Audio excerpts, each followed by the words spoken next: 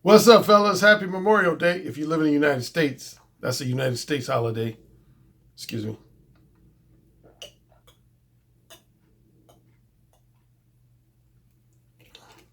You know, now that I'm thinking about it, I think this might be only the first, no more than second time I've ever recorded a video podcast on a holiday. I rarely record a video podcast on a, yeah, I think this is either the first time, at most the second time I've ever recorded a video on a holiday. And that's only because, what time is it? I ain't got my day started yet. I'm going to be out and about in a couple hours. I know a lot of y'all like, damn, Alan finally got a haircut. Yeah, my shit was turning into a mini afro. Went to my barber on Saturday. He hooked the brother up, man. Gave me my cut, my fresh cut for Memorial Day weekend. Now, the main reason I decided to do this quick video, obviously most of you all saw my video I uploaded yesterday that featured some brief clips from some of my national TV appearances. Now, of course, there was no audio, and I had a bunch of people both in my comment section and emails and Facebook inbox messages asking me, Alan, where's the audio to it? Well, the last few weeks I've been talking about stuff to do with copyright infringement, infringing on people's intellectual property. And see, a lot of y'all was treating it like it was just me overreacting to stuff. But one of the things I kept telling you all is that when it comes to big business, man, if you think I have an adverse reaction when I feel like someone is infringing on my copyright or guilty, shoot. I'm telling you, major companies, major corporations, they don't play. And I'll give you an example. At least one of those clips, I remember I did originally put it up on YouTube about 6 years ago, I think. The Oprah clip. Even though it had real poor audio. That's the secondary reason why I didn't put it, because at least two of those three clips had real poor audio. Because they're not directly from the source. Those were from a VCR. Yeah, I like basically, without getting a long story, I transferred a VCR. Some of y'all young people probably like, Alan, what's a VCR? I know a lot of y'all probably like, what's a VCR? That's just like when I was young, when my mother and father was talking about technology from their day that had gone out of style, I would be like, okay, what is that? And most of y'all young people probably don't remember what an 8-track player is, a cassette player is, VCR that had VHS tapes. Because people these days don't use that shit, man. Everything is about CDs and DVDs. You don't have like record albums anymore. None of that old school shit. But yeah, the Oprah clip and the clip from when I was on the morning show with Mike and Juliet, those are VCR transferred clips. So without getting into a long story, the number one, the audio quality is just real poor. But anyway, going back to the copyright issue, yeah, I remember I did put the full Oprah clip, and within roughly, I want to say about 4 or 5 weeks after I put it up on YouTube, I received an email from YouTube, and they said, Harpo Productions is issuing you a warning to remove that clip or they will proceed with legal action. Oprah don't play, man. Oprah don't play. Her company is called Harpo Productions. Yeah, that's what they said. They said Harpo Productions is issuing you a warning. They gave me a time frame, something like 72 hours or something. They said you have 72 hours to remove that clip or we will proceed with legal action. And I actually have known a handful of women who work for Harpo Studios. And I remember I was talking to one of the women who used to work for her. She didn't work for them anymore, but she used to work for Harpo Studios. She told me, she said, Alan, Oprah has an entire department dedicated to intellectual property issues and copyright infringement issues.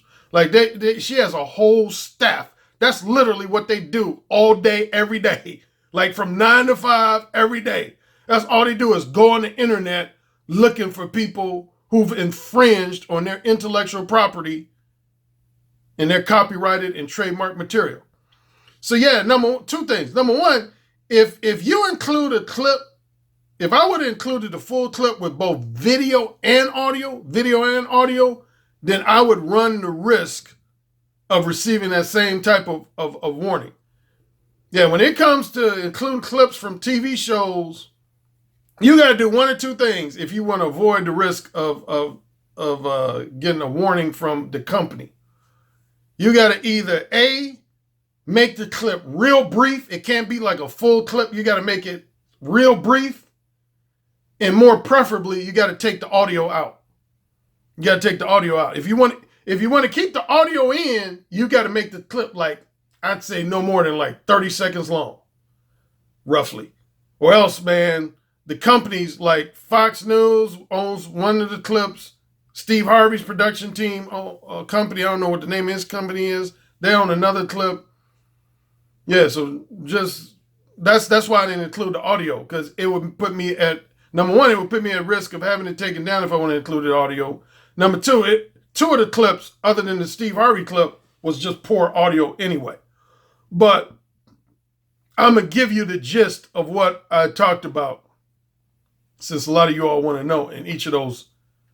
But real quick, yeah, going back to that. Yeah, man, I mentioned this before, man. Most like Fortune 500 companies, like major companies, like let's say a Pepsi-Cola, McDonald's, Coca-Cola, most of your major corporations, they have like literally hundreds, not just a handful. They have hundreds of attorneys. That's all they do, is cover stuff related to trademark infringement, copyright infringement. So for all y'all who was saying, man, Alan, I think you kind of overreacting on this whole copyright stuff and copycat stuff. Shoot. Again, mess with a Fortune 500 company. If you think me talking about this shit, man, them motherfuckers got like literally hundreds, if not thousands of attorneys. That's all they do every week of every month of every year. Out of the 3 clips, the one clip that I'll confess had nothing to do with dating and relationships is the Steve Harvey clip. The Steve Harvey clip, honestly, that had nothing to do with dating and relationships. That had to do with health and fitness.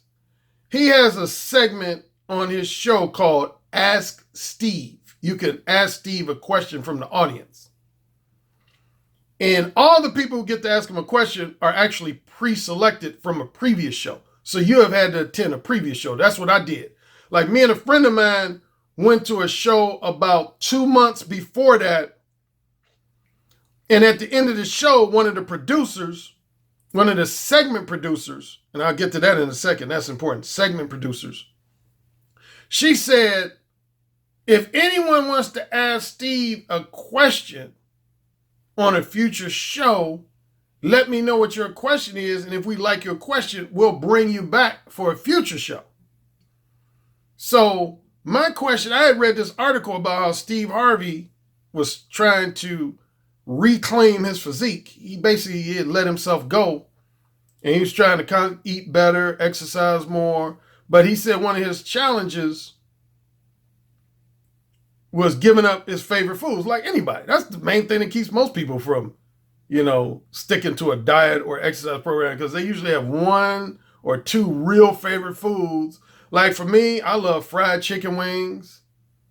I love ice cream. I love a lot of dessert items, peach cobbler. So anyway, the clip you saw with me and Steve Harvey, yeah, that didn't have anything to do with Mode 1 or even dating relationships in general. That had to do with finding the self-discipline and motivation to avoid eating your favorite foods while you're on a diet. That's what that clip had to do with. But that said, Him and his producers knew who I was, though. Yeah, because when the producer invited me to come back on the show, he said, yeah, Alan, I actually own your book, Mo One.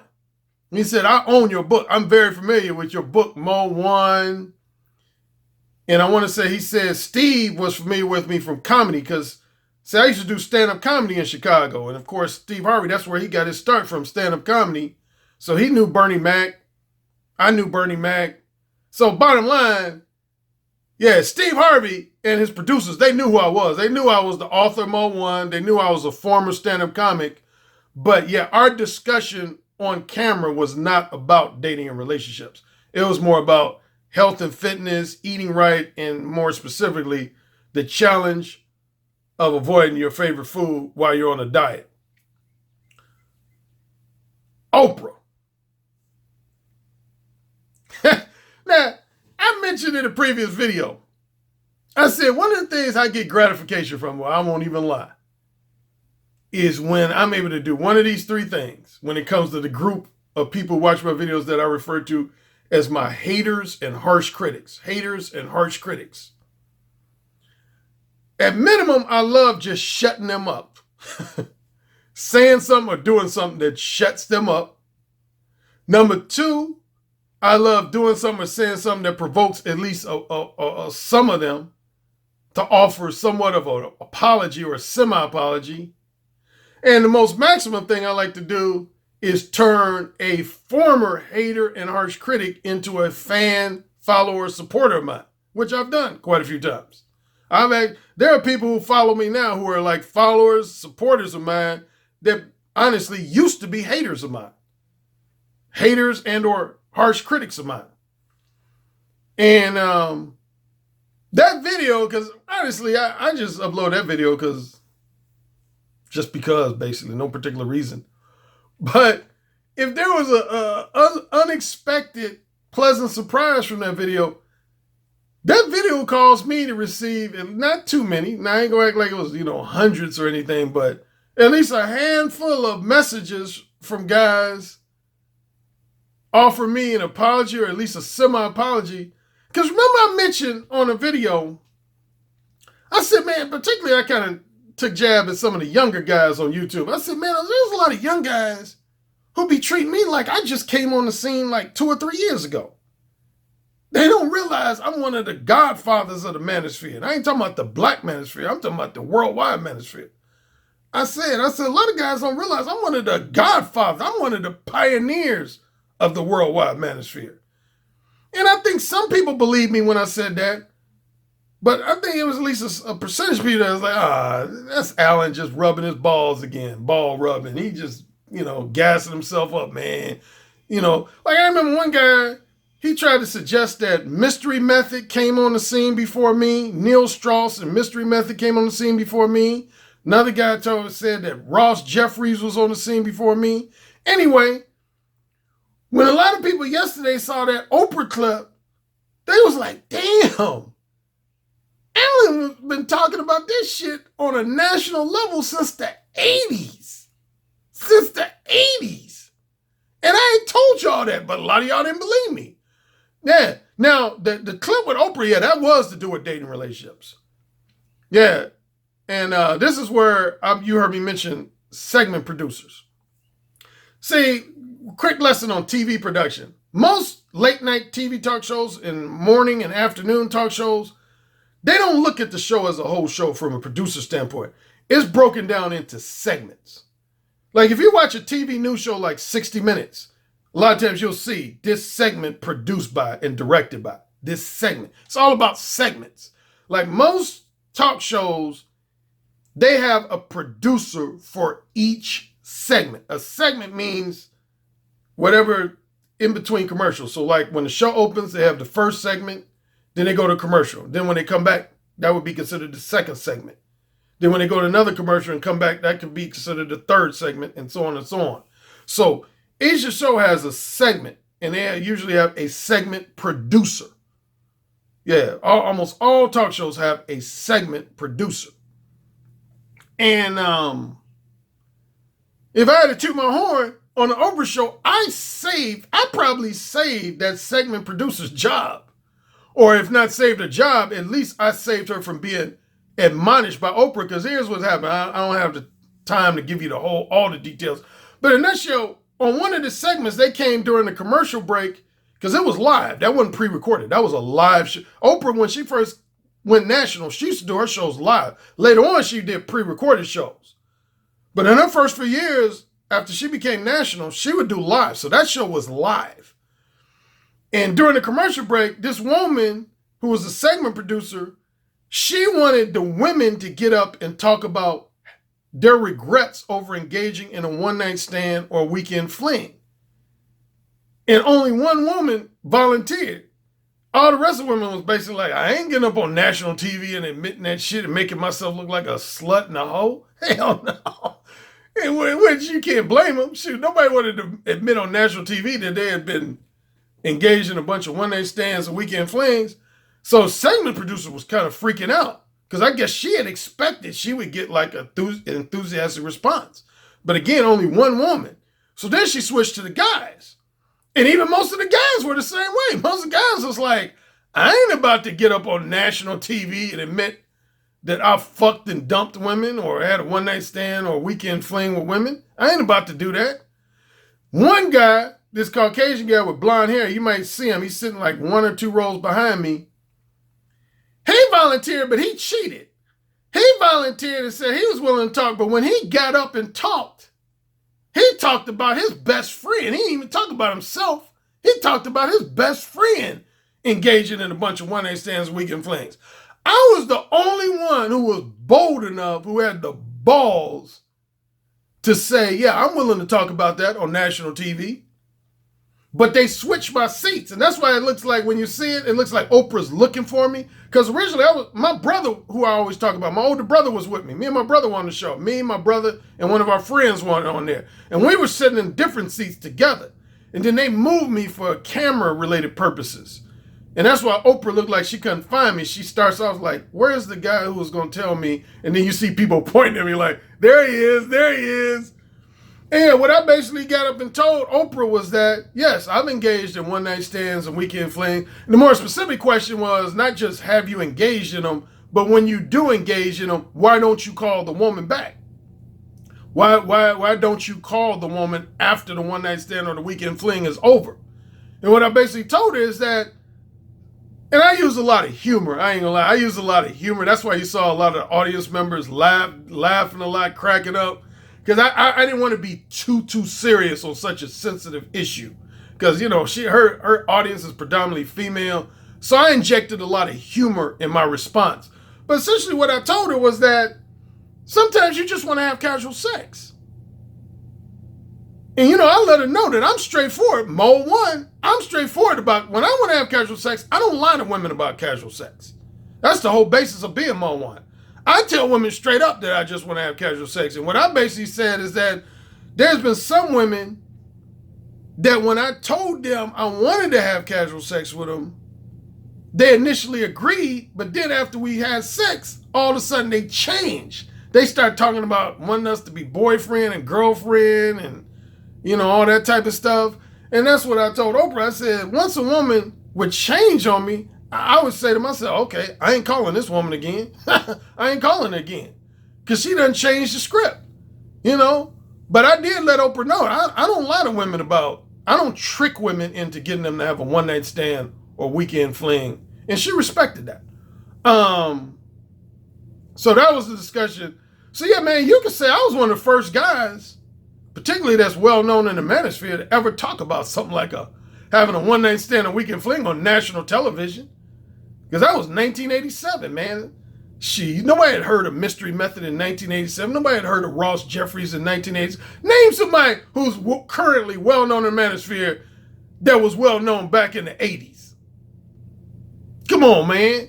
I ain't just saying that to rub my balls or toot my horn, man, but I'm being real, man. Wasn't nobody dropping that type of game on a national level in the 1980s. Matter of fact, I had some people write me in the last 24 hours. They was like, damn, Alan, I was like in kindergarten when you was on that show. Or I was in elementary school when you was talking to Oprah about that shit. And finally, Mike and Juliet, which was a Fox morning TV talk show, they covered a wide range of things. There was no one thing we talked about.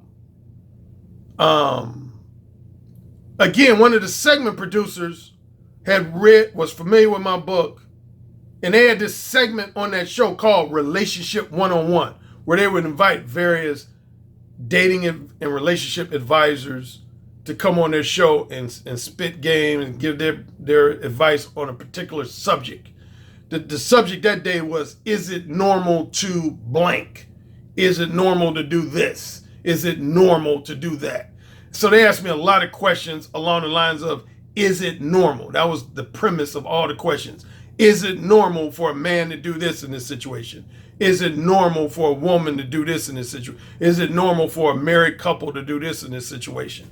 So they kind of, it was no one thing we talked. They kind of jumped all over the place. The woman I was on the show with named Shannon Fox, she was a character. I could tell you some things, but I won't, because she was engaged to be married at the time she was on the show. But I'll just say we had a juicy, provocative conversation off air. So what else? That's it I can think about to do with the show for those who were wondering what was talked about. Yeah, so yeah, I had a lot of reactions when I was on Oprah, man, particularly from like friends and acquaintances. A lot of people, like my mother's friends was really tripping. Like older people, like people who were friends with my parents, they were like, oh my God, Alan, I can't believe you talked about some of the stuff you talked about on Oprah Winfrey show. And I was like, hey, you know.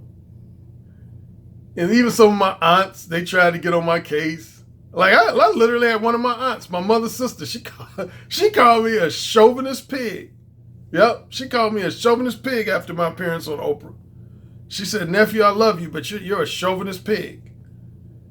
Because she didn't. See, most people from my mother and father's generation, they frowned on the idea of premarital sex in general, and particularly casual sex. And again, that just relates to why I wrote the Beta Male Revolution. Because see, that period between 1960 and 1974 changed everything. Because everybody before 1960s, like people mainly my parents' and grandparents' generation, they went down with no premarital sex or casual sex, particularly women. Women? Oh, dude, that was like, no woman in my mother's generation, unless she was just a straight up slut hoe. No woman was down for engaging in sex before marriage, man. That was like unheard of among most women in my mother and grandmother's generation. And even for the most part, I would even say among the men. Yeah, man. So, but again, that period between 1960 and 1974 changed everything. But one thing I want to talk about in my Patreon exclusive portion, which won't be anything new, really, but I want to talk about the one central question that a large portion of my knowledge, wisdom, insight, and advice centers on. It really centers on at least most of the content in at least 3 of my 4 books. Mode 1, Possibility of Sex, and a book that a lot of y'all still not familiar with, Upfront and Straightforward, Let the Manipulative Game Players Know What You're Really Thinking. Really all centers around one question. And what question is that? Are you willing to be honest with members of the opposite sex about why you really want to share their company? Are you consistently honest with members of the opposite sex about why you really want to share their company? The reality is, most men are not, most women are not. Because most men are dreadfully afraid of sexual related rejection, and most women are dreadfully afraid of non-sexual related rejection. And I'm going to expand on that, if only briefly, in my Patreon exclusive portion.